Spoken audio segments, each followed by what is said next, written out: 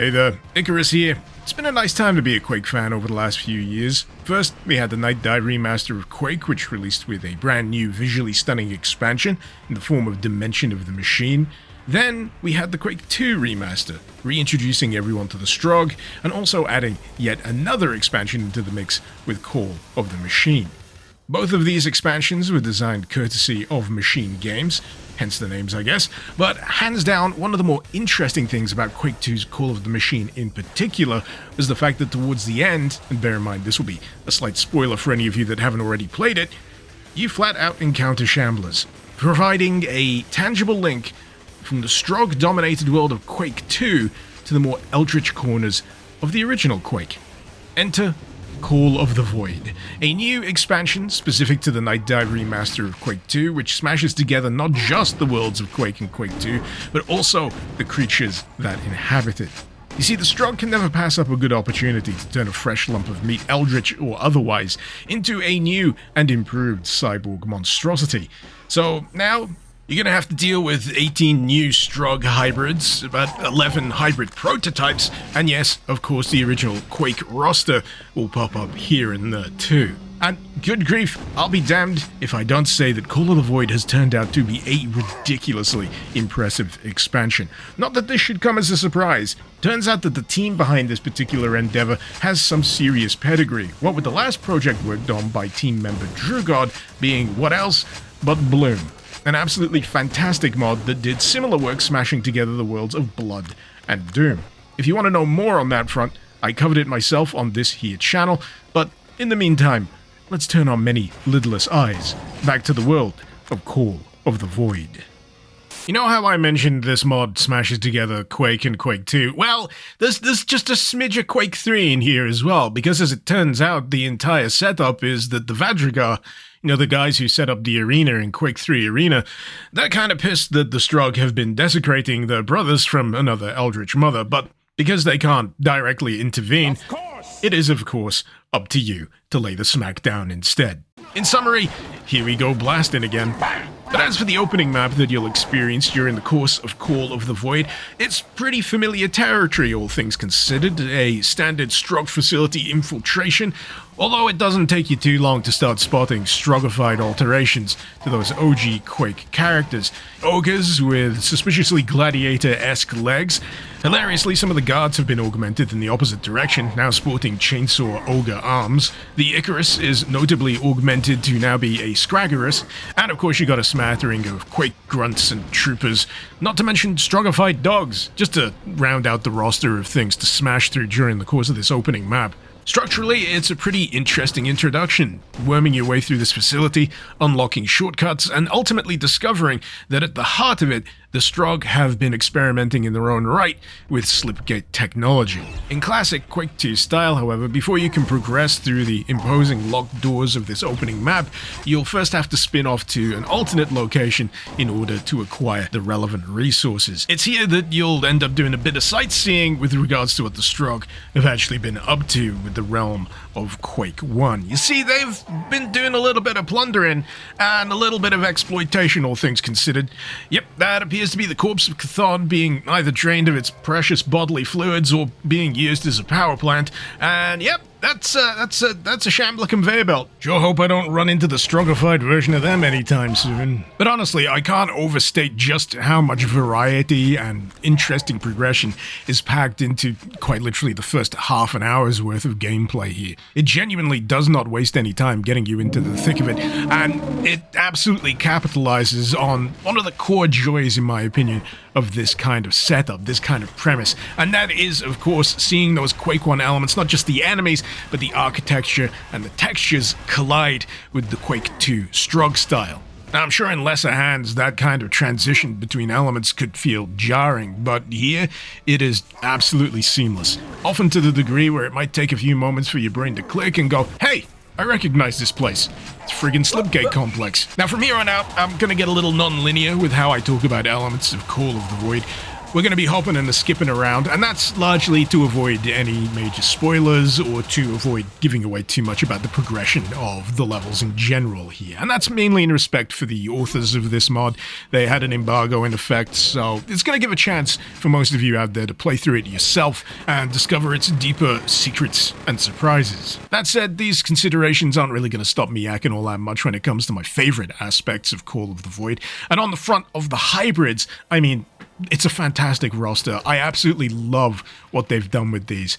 It's just tremendously creative in so many ways, but something that I really enjoy out of all of this is that there's a core layer of vindictiveness to Strogg hybrid design.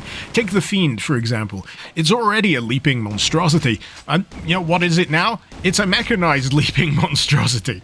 The song remains the same. But easily, and I mean easily, one of my favorite hybrids out of the entire roster, hands down, has to be the Piranha hybrids.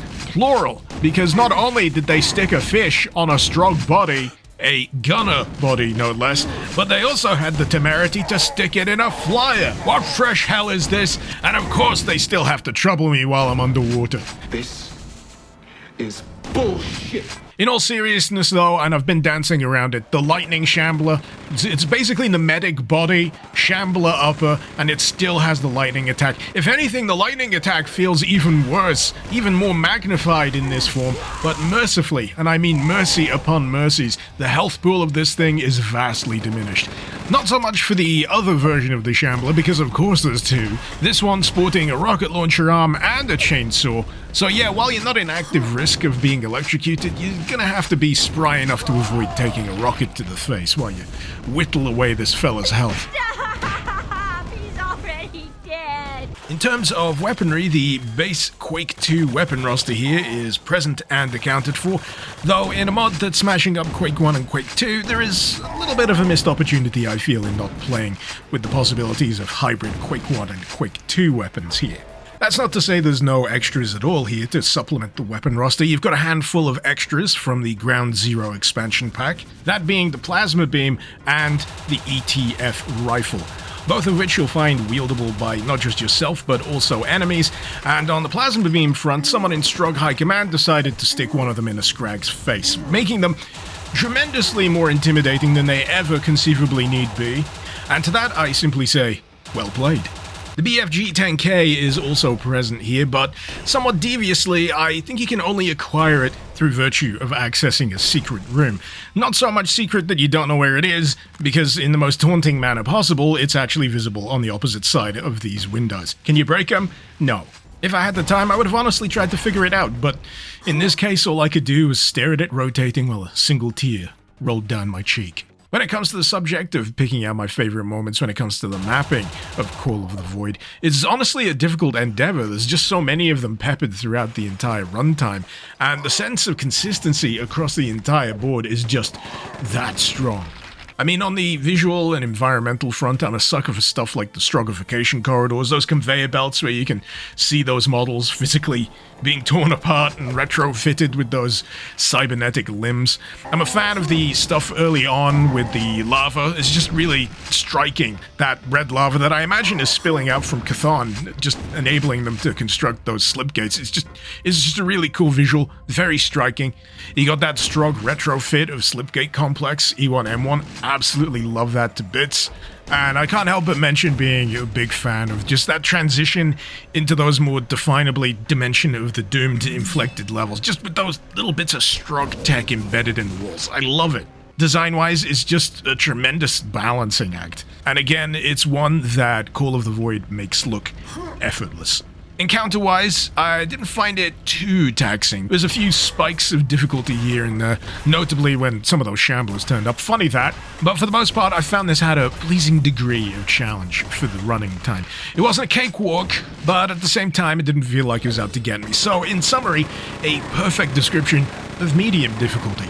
Next time, I think I might dial it up to hard. I'd be remiss if I didn't also mention the soundtrack that underscores Call of the Void, courtesy of Askimov. I'd say it veers closer to the riffage of Quake 2 than it does the atmospherics of Quake. That's not to say that it's all loud all the time. It does find moments to mellow out and give you a little bit of oral breathing room. But, you know, personally speaking, I do prefer the riffage over the ambience. Naturally, there's a few bits and bobs here that I've chosen not to discuss during the course of this video, because, again, much like the creators of this expansion, I'd much rather you discover this stuff for yourselves and not have those surprises and boss fights, for example, spoiled by virtue of a beat-for-beat recounting of my playthrough. But either way, I'm pretty damn confident that if you're a fan of Quake, if you're a fan of Quake 2, you're gonna have a lot of fun with Call of the Void. If anything, this deserves to be an official part of the Night Dive remaster. I know, right? It's not actually officially a part of it yet, but Bethesda, seriously? Integrate this. Make it part of it. If you can add all of that extra custom content for the Quake remaster, and Quake 2 certainly deserves a bit of love on that front. And it's not just Call of the Void. There's a dedicated mapping community out there that has been putting out some real fun stuff lately. And, you know, remove those barriers to entry. Tear that wall down, damn it. More Quake 2 for everybody. But in any case, I hope you've enjoyed this brief saunter through Call of the Void. By the time this video is live, it should be available for all to download, and if you're looking for where to get it, you can find the links, as usual, in the description below. If you've enjoyed this video, feel free to jump through all of the requisite hoops that YouTube requires these days for a video to get anywhere, and if you really want to do me a solid, share it to a community that you think will get a kick out of it. I've also got Patreon and membership options for anyone that wants early access and wants to support the channel for as low as a single solitary dollar. But until next time, this has been Mr. Icarus. Thank you very much for watching. Icarus out.